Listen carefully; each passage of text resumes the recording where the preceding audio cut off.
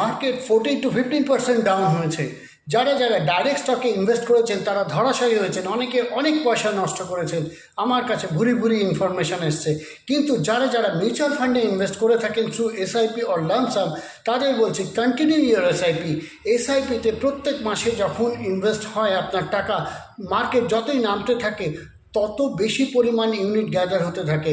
Consumable ইকোনমিতে market কখনোই বহুদিন ধরে নিচের দিকে যায় না।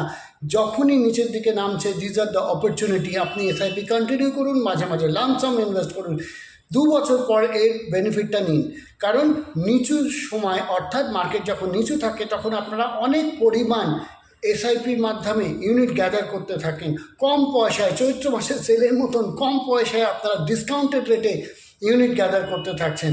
2 বছর পর এই মার্কেট যখন বাড়বে, ভ্যালুয়েশন যখন বাড়বে, আপনার পোর্টফোলিও তখন জাম্প করবে।